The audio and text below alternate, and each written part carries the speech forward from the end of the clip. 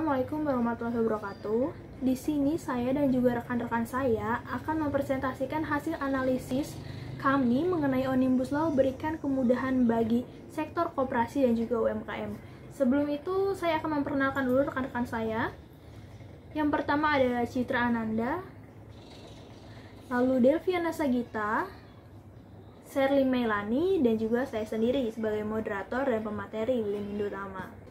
Selanjutnya, di sini ada sumber berita untuk kelompok kita analisis atau dijadikan sebagai sumber data. Yang pertama itu ada Omnibus Law berikan kemudahan bagi sektor koperasi dan juga UMKM. Yang kedua ada Omnibus Law Cipta Kerja nilai mengancam UMKM. Yang ketiga, tuai pro dan kontra, apa itu Omnibus Law dan UU Cipta Kerja. Dan yang terakhir ada UU Cipta Kerja disahkan, UMKM untung atau buntung. Selanjutnya di sini ada teori komunikasi. Omnibus Law berikan kemudahan bagi sektor koperasi dan UMKM.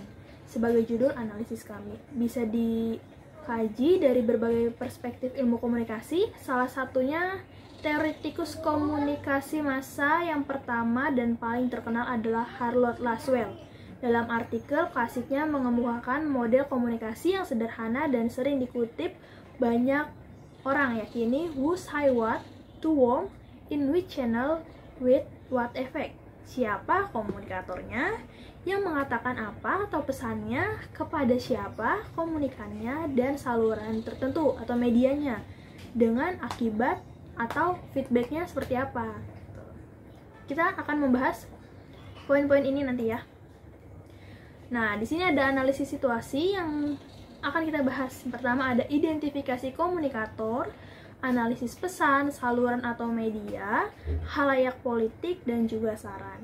Yang pertama yaitu identifikasi komunikator. Dalam kasus pemberitaan yang kami angkat, peran komunikator dalam hal ini, Teten Masduki selaku Menteri Koperasi dan Usaha Kecil dan Menengah Indonesia atau UMKM, Amin Aka selaku Fraksi Partai Keadilan Sejahtera atau PKS, Supratman Andi Akstan selaku Fraksi Partai Gerakan Indonesia Raya. Sejak 23 Oktober 2019 pada Kabinet Indonesia Maju, dalam hal ini komunikator mengatasi berita yang beredar di masyarakat mengenai keterkaitan Omnibus Law dan UMKM dan menjabarkan apa saja yang sebetulnya menguntungkan UMKM dengan adanya RUU yang baru saja diresmikan pemerintah ini. Selanjutnya ada analisis pesan yang akan dibacakan oleh rekan saya, Sherly Melani. Kepadanya kami persilakan. Yang selanjutnya adalah analisis pesan.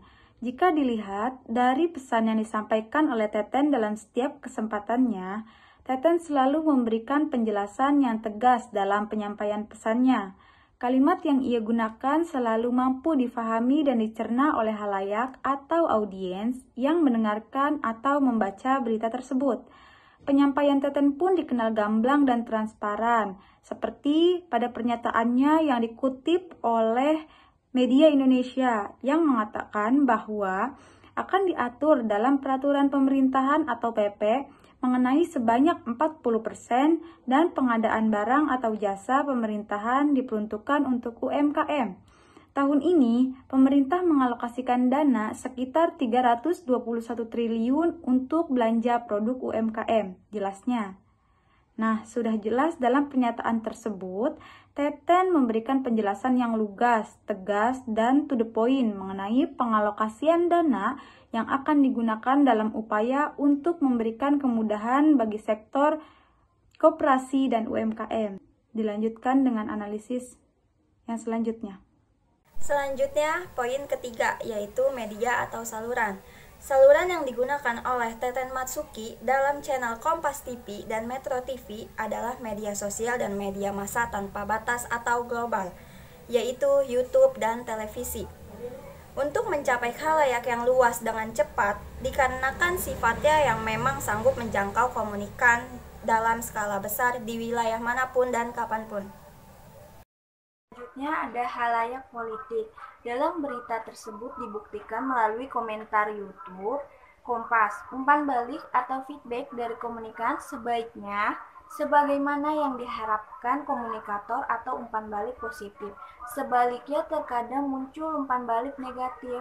Hal ini biasanya disebabkan mulai dari tidak setuju hingga tidak menyukai pesan dan cara penyampaian komunikator, seperti komentar yang diberikan oleh pengguna YouTube bernama Hasan Husandi Ratnasari. Dia berkata, "Kuat dari Hong Kong, UMKM yang beli barangnya emang siapa kalau bukan para karyawan, buruh, dan sebagainya. Tetap mereka kena dampaknya," tulisnya. Sudah jelas dari komentar yang ditulis warganet tersebut sangat kontra dengan apa yang disampaikan oleh komunikator. Ia berpendapat bahwa UMKM pun akan tetap terkena dampaknya. Selain itu, ada juga warganet yang memberikan komentar pro-nya atas kasus ini seperti yang ditulis oleh pengguna YouTube dengan nama akun Kipling13. "Undang-undang yang pro rakyat dan UMKM, mantap, baru kali ini pemerintah ngerti rakyat," tulisnya. Jika kita perhatikan komentar tersebut, sangat pro dan setuju dengan undang-undang baru dan apa yang disampaikan komunikator. Berikut adalah screenshot dari komentar YouTube baik yang pro maupun yang kontra. Dan poin kelima itu ada saran. Nah, untuk sebagian saran dari kelompok kami, sebaiknya pemerintah pusat baik Presiden dan DPR perlu mengambil langkah yang tepat sebelum mengimplementasikan Omnibus Law sebagai payung hukum. Langkah pertama adalah mengajukan judicial review kepada Mahkamah Agung dan Mahkamah Konstitusi terkait dengan UU nomor 12 tahun 2011 tentang pembentukan perundang-undangan. Jika UU ini tidak segera diamandemen, maka pembentukan dan penerapan Omnibus Law akan sulit diterapkan karena anggapan akan melenceng dari asas hukum yang sudah berlaku pasti akan muncul.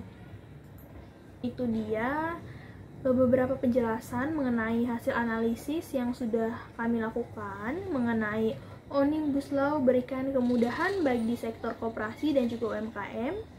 Kurang lebihnya mohon maaf apabila ada salah dalam pengucapan atau penyampaian pesan, mohon dimaafkan. Kurang lebihnya mohon maaf. Wassalamualaikum warahmatullahi wabarakatuh.